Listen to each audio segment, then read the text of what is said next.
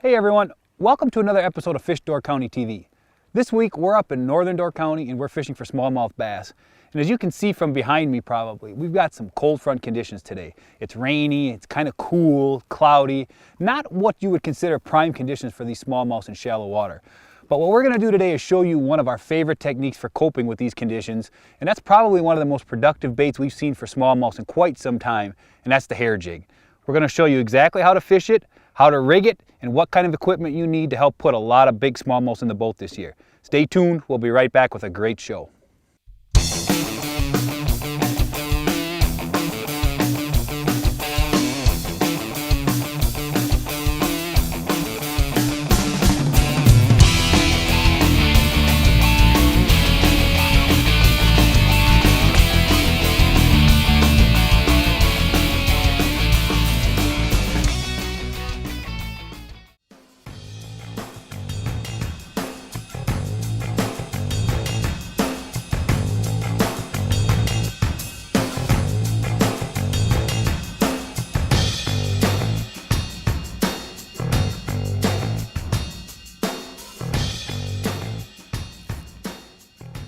Oh, there's one.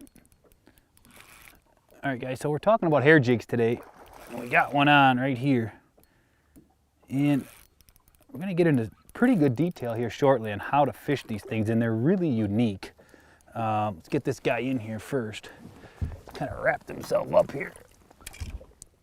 But as you can see, the unique thing about hair jigs is how they always seem to be hooked in the same spot, right in the snoot. Right up in the top of the mouth. And it has to do with how we present them and how we're actually swimming these baits. Now that's just a little guy, but we'll get some nice ones here later on. But we're going to get into a little bit of detail here in just a sec and show you exactly how to fish these, because they are one of the best fish catchers we've ever seen when the situations are right. Not what you're going to call a search bait by any means. You're not going to find fish necessarily with this bait. But when you do, this thing will put them in the boat faster than anything we've seen in a long time.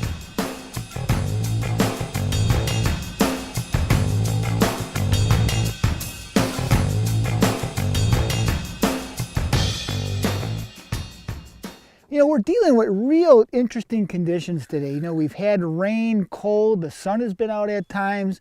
We've had 2 or 3 different wind changes. And I'll tell you what, when you got conditions like that, you're talking, you know, it's just tough to catch fish. You know, that's why we're running hair jigs today.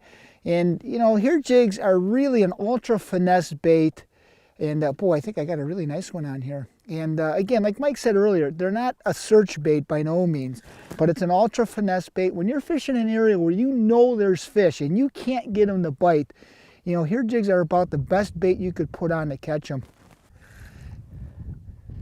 It's just funny, you know, you go from having clear skies, rain, wind, 2 or 3 different wind changes in a day. Definitely not the best conditions for catching fish. But you know, when you're out there fishing, that's why you got to carry some of these in your arsenal. Get this fish in here.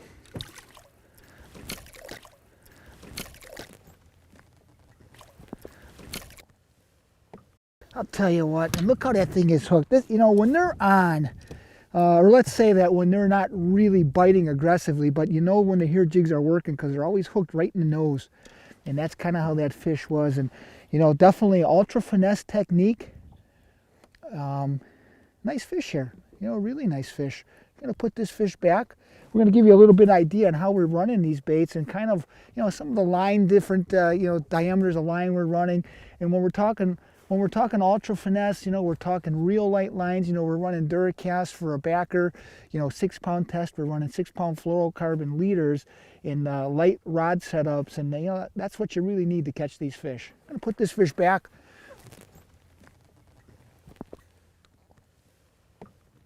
Oh, that's a dandy. Just a beautiful fish.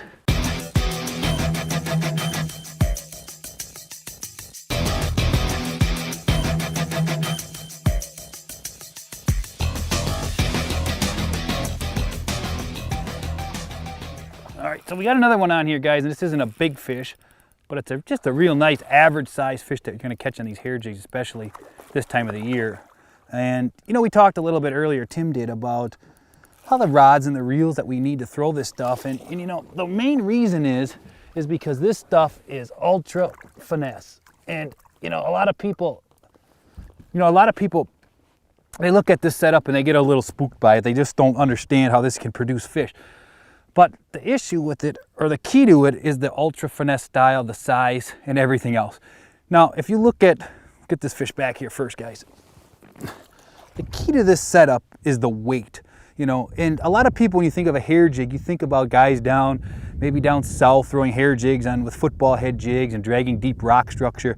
This is exactly the opposite. This is a 16th ounce jig head with the hair jig with the actual bucktail hair on there. And the key to this is the weight. It's a natural presentation. We're swimming it. We'll show you a little bit of more detail as how it looks underwater. But as we're swimming it, it's just a very subtle, not doing anything, and that's the key. If you go too heavy on this jig head, you're going to start getting more of a vertical presentation, and it's not what you want. You want the 16th ounce, no more than a 3/32 ounce jig head. We're going to swim these baits back in, and it's going to produce fish after fish in these conditions. You know, I'm just kind of dragging this jig back a little bit, and oh, there we go.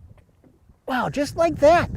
I'm telling you what, no real big bite, just all of a sudden there's weight there. And that's just kind of how this day has been going. You know, we've really had to put a lot of work in to try to catch these fish. And it's just how the day goes. You know, some days you get them and you catch 100 of them, and then other days you struggle to catch, 15 to 25. But that's part of how fishing goes here, you know. But definitely, the finesse baits definitely, on a day like today, really are what you need, that's for sure. We got water temps that are in the 52 degrees, 51 degrees. Okay. Boy, another quality fish. Look at that fish. That's a beauty. And again, look, it's just barely hooked. I mean, the jig just kind of fell right out, just like that.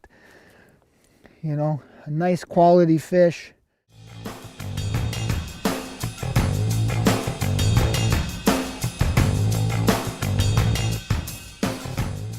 Guys, the one thing about hair jigs that's so important to remember, as we talked about before, is it is a catching technique, for lack of a better term. It's not a search bait. It's not going to find fish, but when you do, you're going to put them in the boat. And that's important to remember because you have to approach each cast and how you fish this thing with that in mind. You're talking about casts even with the right setups like we talked about earlier. You're talking about casts with this 16th ounce jig of 50 feet maybe, even when conditions are perfect, and you're not covering a lot of water. So you have to take that into account when you're fishing and not try to retrieve this too fast or cover too much water with it. It's a catch bait, and it's basically a throw out as best you can, and it's just a rod tip up, 10 o'clock maybe, and a slow, steady retrieve. And the bites are going to feel anything from a tap like you would feel on a grub to just a little extra weight, or sometimes just a pull the other direction. And it's really subtle from the way you fish it to how the fish actually grab it. If you take into account what it's good for and where to use it, it will put more fish in the boat than just about any other presentation that you'll have, especially when fishing this ultra clear and shallow water for smallmouth early in the spring.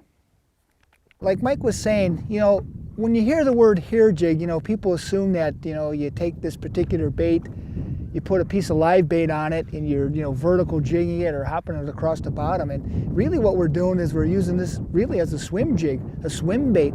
You try that the next time you're out fishing. And, remember this also is that these jigs, a lot of tournament guys use these jigs and have won a lot of money on them. And it's not just necessarily for cold front conditions. Anytime you're in a situation where you got high pressure, say you're fishing in an area where there's a lot of boat traffic, a lot of times you can go in when there's boats, other boats around you. You can go in and kind of clean up on some of those fish because it's just a unique presentation. It's almost like the fish have to bite it. They cannot get away from not biting it. So you practice a few of those things, and I guarantee you're going to put some more bass in the boat for sure.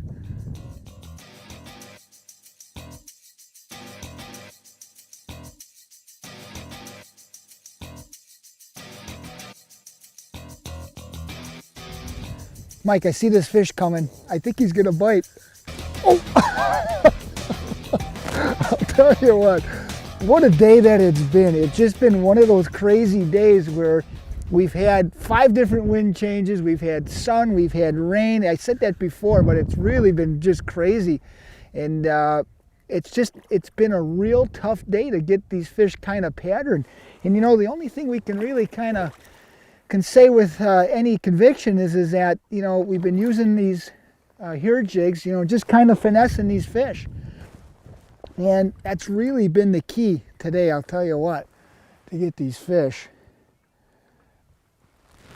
And you know, like I said, sometimes, you know, you just, oh, grab this fish here. Yeah, okay. Sometimes they're not really hooked well, not real aggressive, but that's just sometimes how this, you know, fishing goes. You know, not a bad little fish. Oh, right here. Yeah, right by the boat. Oh, he's coming right at the boat here. This is a nice one. Yeah, he's still pretty green here. He hit pretty short. This is not uncommon for these bass to follow these hair jigs right to the boat, and you end up getting them on a real short line, we call it, you know. It's actually pretty cool. Let me get this guy in here. Yeah, that's a nice fish right there. You know, and that's what these hair jigs can do for you guys. They absolutely, you know, it looks like such a finesse rig, which it is, and it looks so minuscule when you see it in the water, the do-nothing bait like we call them. And I'll tell you what, they catch big fish, and it's the subtle nature of the bait that actually triggers some of these big, smarter fish to grab it. Whereas they might be a little intimidated or a little too smart sometimes to grab a jerk bait or a spinner bait. It doesn't look as natural. There's nothing that looks more natural in the water than those hair jigs. So get yourself some of those hair jigs, and I'll guarantee you they're gonna help you put a lot of these big smallmouths in the boat this spring. Thanks again for watching, everybody, and be sure to join us next week for another episode of Fish Door County TV.